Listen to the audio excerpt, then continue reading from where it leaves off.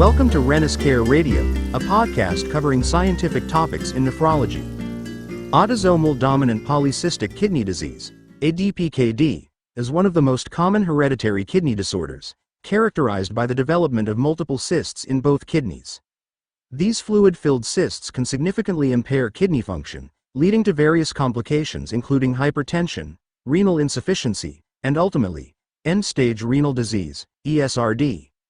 ADPKD is primarily caused by mutations in the PKD1 and PKD2 genes, which encode polycystin 1 and polycystin 2 proteins, respectively. These proteins play crucial roles in maintaining the structural integrity and function of renal tubular cells.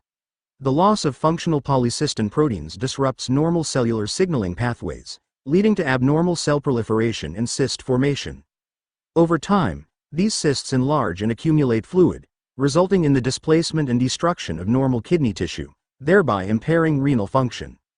ADPKD is inherited in an autosomal dominant manner, meaning a single copy of the mutated gene is sufficient to cause the disease.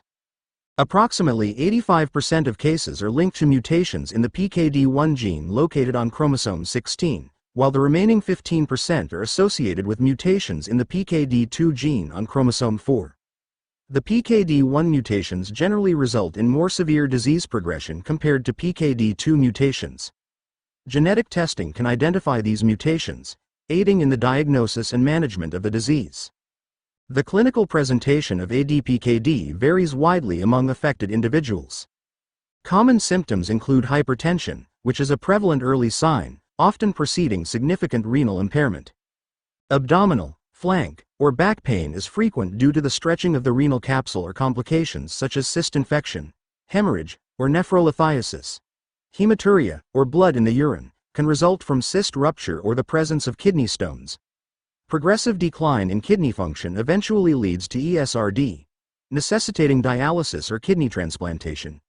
Extrarenal manifestations include liver cysts, pancreatic cysts, intracranial aneurysms, and cardiac valve abnormalities.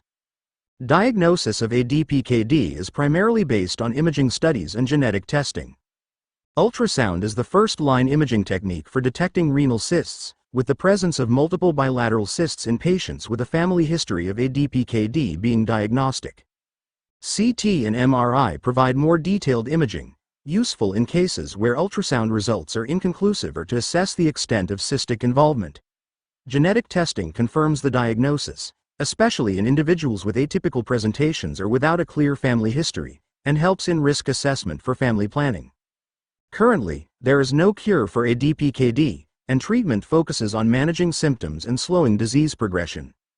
Blood pressure control is achieved through lifestyle modifications and antihypertensive medications, primarily angiotensin-converting enzyme inhibitors or angiotensin II receptor blockers, ARBs. Pain management utilizes analgesics, cyst decompression, or surgical interventions in severe cases. Management of complications involves treating infections, managing hematuria, and addressing extrarenal manifestations. Renal replacement therapy, such as dialysis or kidney transplantation, becomes necessary as patients progress to ESRD. Recent advances include the use of vasopressin V2 receptor antagonists, such as tolvaptan, which have shown promise in slowing cyst growth and preserving kidney function. ADPKD is a significant genetic disorder with complex pathophysiology and diverse clinical manifestations. Early diagnosis and comprehensive management are crucial in improving patient outcomes and quality of life. Advances in genetic research and the development of targeted therapies offer hope for better disease control and potential future treatments. Thank you again for joining us here on Renal Care Radio.